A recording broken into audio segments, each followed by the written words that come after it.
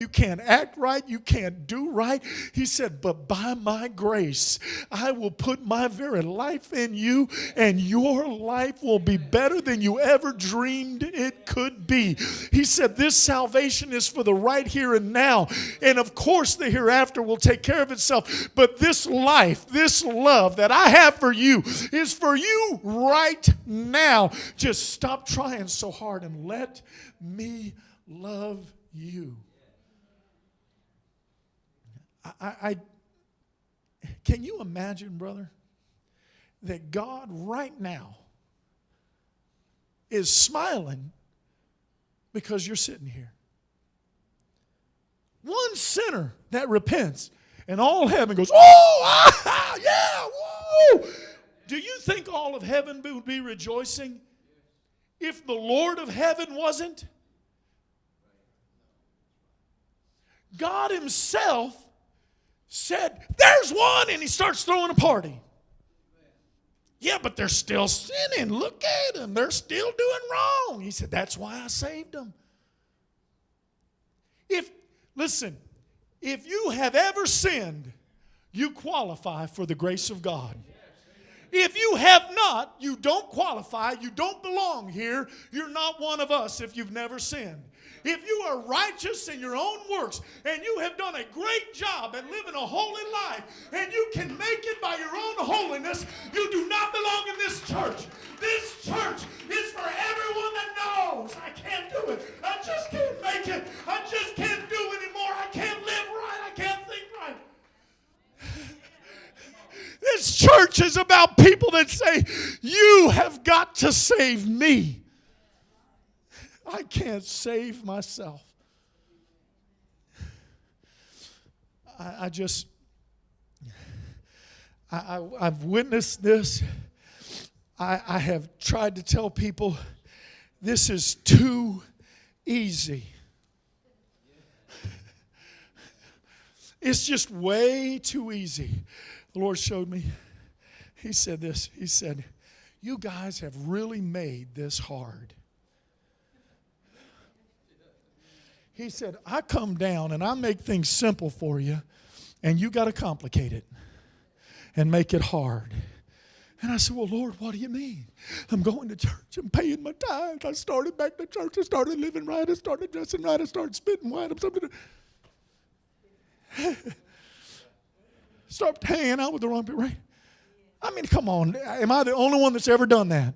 Lord, I'm trying. I don't want to go to church this morning. My husband, my wife, my God, if they just understood what I'm going through. Oh, Lord, I'm trying so hard. How many of you? Come on. Both of you. Great. Praise God. This is for the pastor and his wife. They're the only ones that have ever argued on their way to church. Praise God. I know it. I know. They're the only ones that ever. You know what? Pastoring is a great job if it wasn't for people. It's the best job. It's just that all those people. Marriage is awesome if it wasn't for your spouse. Dear God, having a family is great if it wasn't them kids.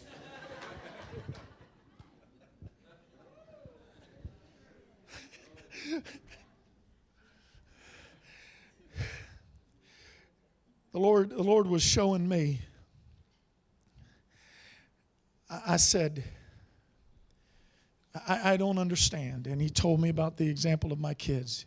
And I want to, he said, if your son asked you, if your child, if your baby asked you for bread, would you give him a rock? If they asked you, your son asked you, your child, your baby asked you for an egg, would you give him a scorpion?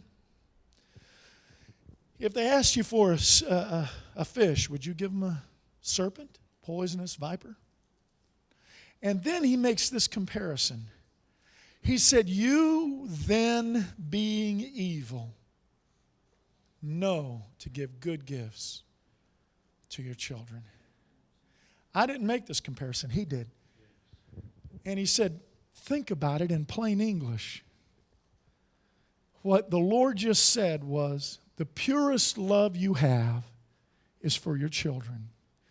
He called in our human nature, our purest love, evil compared to how much He loves you.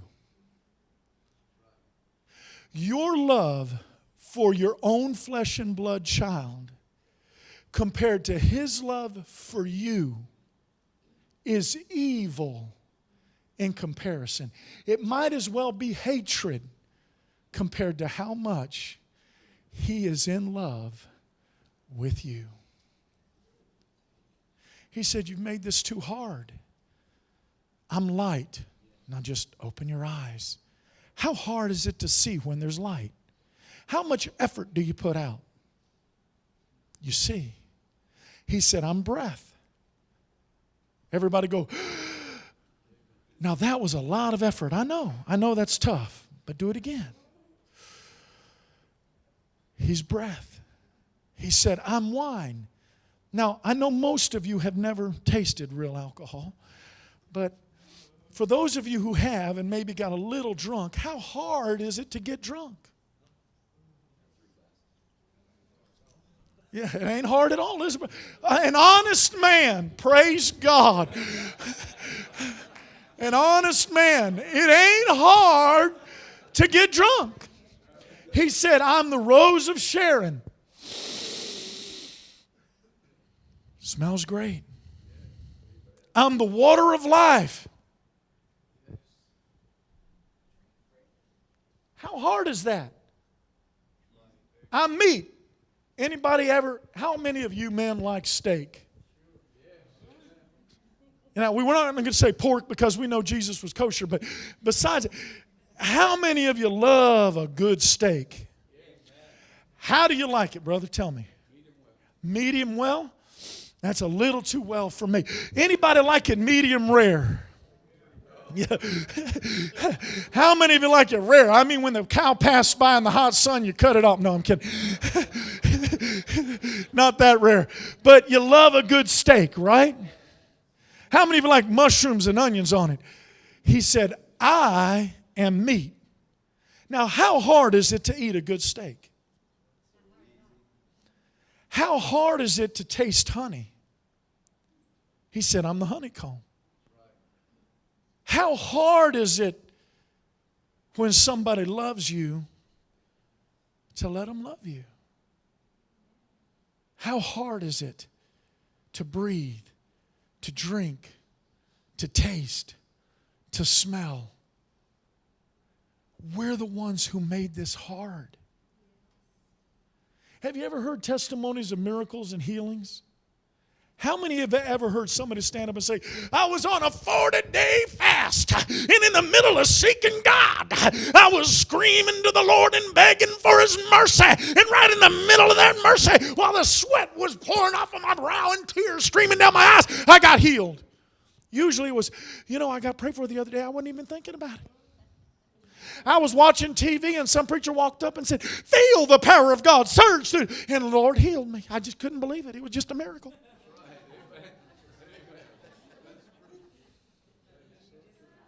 I mean, most of the time it's just, I wasn't expecting it. I wasn't even really asking for it. And I heard somebody say, God will heal your allergies. And I was walking along and I thought, I have some allergies. And I went home and I ain't had them ever since.